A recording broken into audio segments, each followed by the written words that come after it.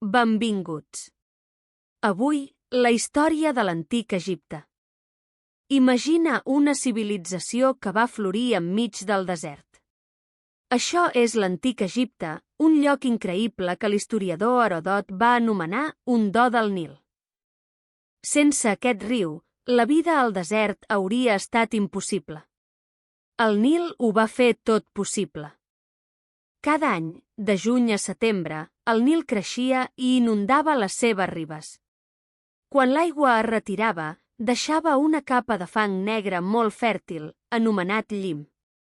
Aquesta era la terra negra, ideal per a l'agricultura, el cor de la vida egípcia. Més enllà d'aquestes terres fèrtils, hi havia les terres roges, l'immens i estèril desert. Per aprofitar al màxim l'aigua del Nil, els egipcis van construir dics i canals.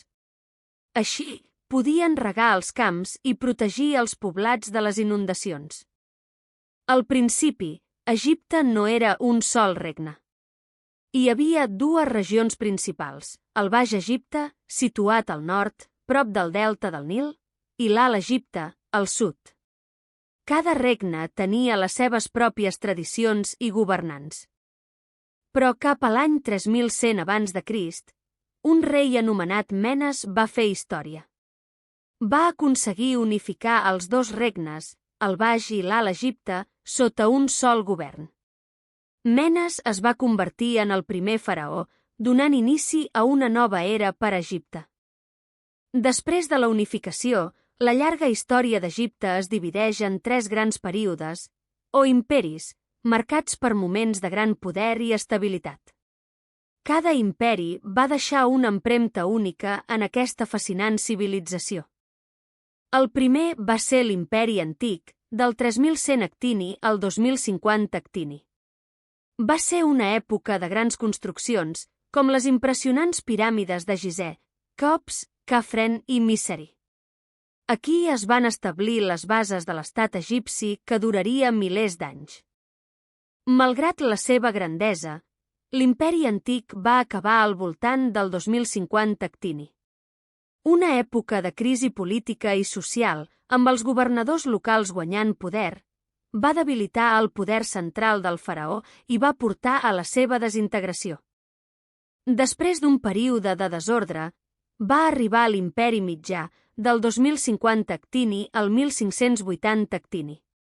El faraó Mentuhotep II va restaurar l'ordre i va iniciar una època d'expansió, especialment cap al sud, a la regió de Núbia, buscant riqueses i recursos. L'Imperi Mitjà també va tenir el seu final, cap al 1580 Actini. Aquesta vegada, la causa principal va ser la invasió de pobles estrangers, com els hikses, que van aprofitar la feblesa interna per prendre el control d'algunes parts d'Egipte. Finalment, l'Imperi Nou, 1580 Actini, 31 Actini, va ser una època d'esplendor i poder. Va ser el temps de faraons llegendaris com Hatxepsut, la reina faraó, o els coneguts Akhenatun, Tutankamon i el gran Ramsès II, que van construir temples magnífics. Però fins i tot l'Imperi Nou va tenir un final. Egipte va patir successives invasions d'assiris, perses, grecs i, finalment, romans. Aquestes conquestes van portar a la decadència final de l'antic Egipte com a civilització independent. Una història fascinant que va durar milers d'anys.